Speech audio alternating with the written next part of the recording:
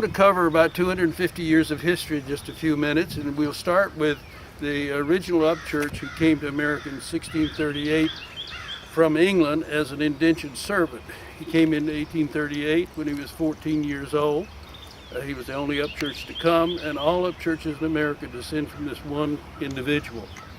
Over about 100 years, the family drifted south and west in Virginia, and by the mid-1750s, they were primarily in Brunswick County, Virginia, which is just on the North Carolina line.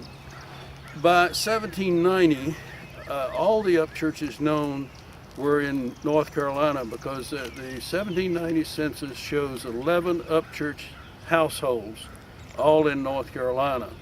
Undoubtedly, a few Upchurches may have been left behind in Virginia, particularly of the ladies who married and had a different name by 1790. Of particular interest to me telling this story is that my ancestor was one of those who was in Brunswick County, Virginia. He married there and had one child born, and by 1755 he had moved to what is now Franklin County, North Carolina. There, this individual, a member of the fourth generation of the family, Richard Upchurch II, had 11 children. And those 11 children are ancestors of about one half of all American Upchurches. That Richard Upchurch II had 11 children. They all pretty well married there in Franklin County, but soon some of them began to move to other parts of the country. Some moved to Georgia, some to Tennessee, and so on. My particular ancestor, the Nathan Upchurch, was a Revolutionary War soldier from Franklin County, as were two of his brothers, Charles and Moses. But in 1803, two of the brothers, my ancestor Nathan and his brother Moses, picked up and moved their young families to this spot where we're sitting now, about 1803. My great-grandfather, Gilbert Upchurch, was the son of Nathan, and he was born in 1792 in Franklin County, and he was then about 10 years old when he moved to this location.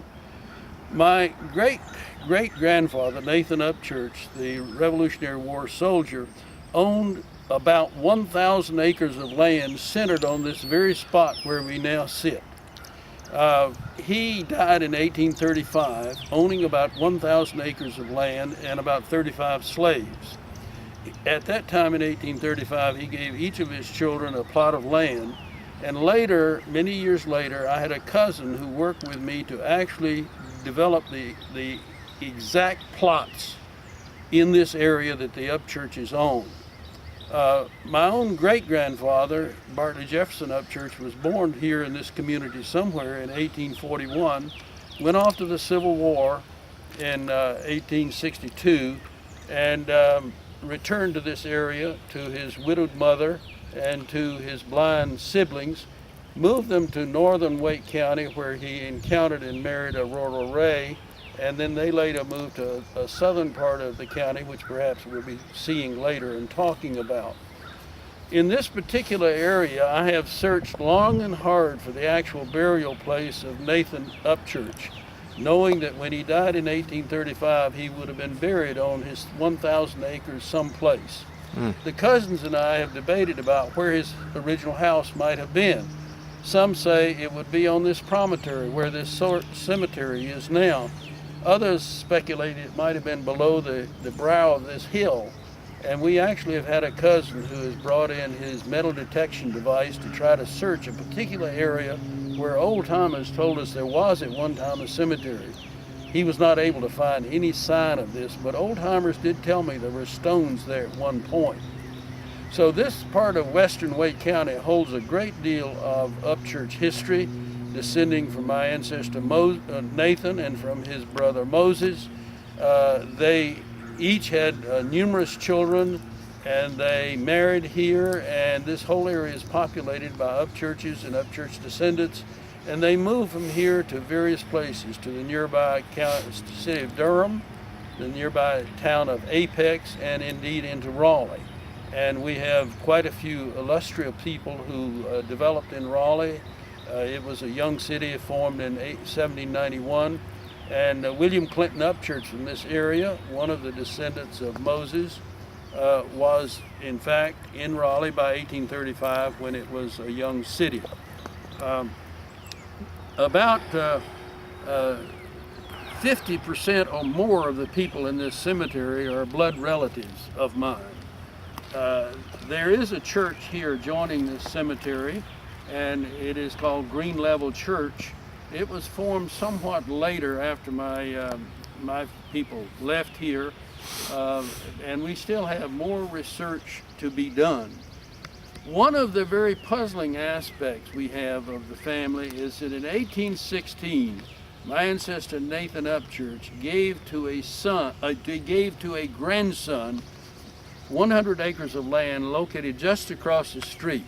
We have never been able to identify who was the father or the mother of that particular grandson.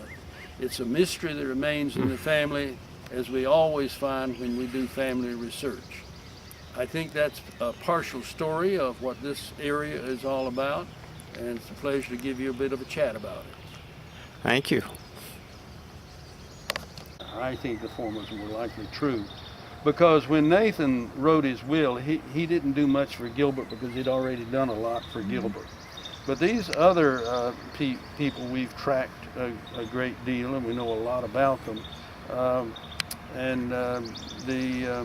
This one had 9 children, and they all prospered and did well. So now, but if you look at how the family unfolded, there were 4 branches of the family that had people coming on down.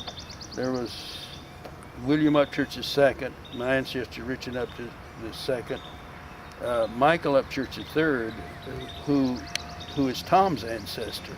Mm-hmm. So Tom's ancestor had 4 children. I call each of these individuals who are members of the 5th generation of the family heads of clans. There are 22 of them.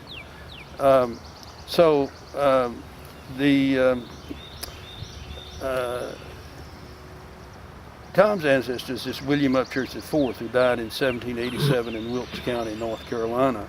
And he had a son, John Upchurch, who then moved to Greenville, South Carolina, and then on to Henry County, Tennessee.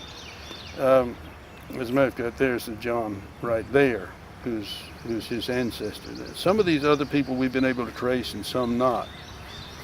So this is one branch of the family. I call this the Brunswick branch. I call this the Moxon Creek branch. I call this the Oxford branch, which brings up these people.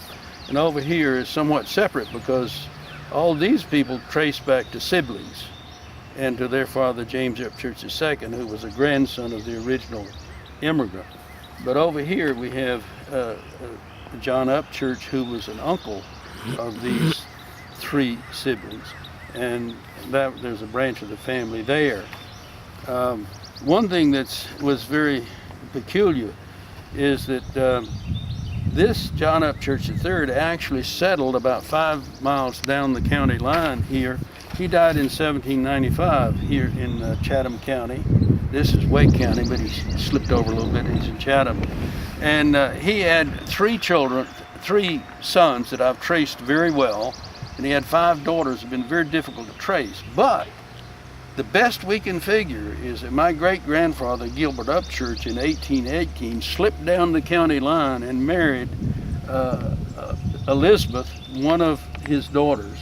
Oh. Because there's no other Elizabeth any place that you could account for. It's got to be that daughter of that son. And they had 1 child, and I grew up knowing that she was Aunt Mariah, and the child lived all the life in the home of my grandfather, and is buried in Inwood Church Cemetery, which we'll see later on. So this is my cheat chart, and this in itself should be the subject of a book. I should write a book about the first 5 or 6 generations in the family, and my challenge now is going to be to do this electronically. Obviously, I shouldn't sit down and put this on paper and write a book. We should do it electronically.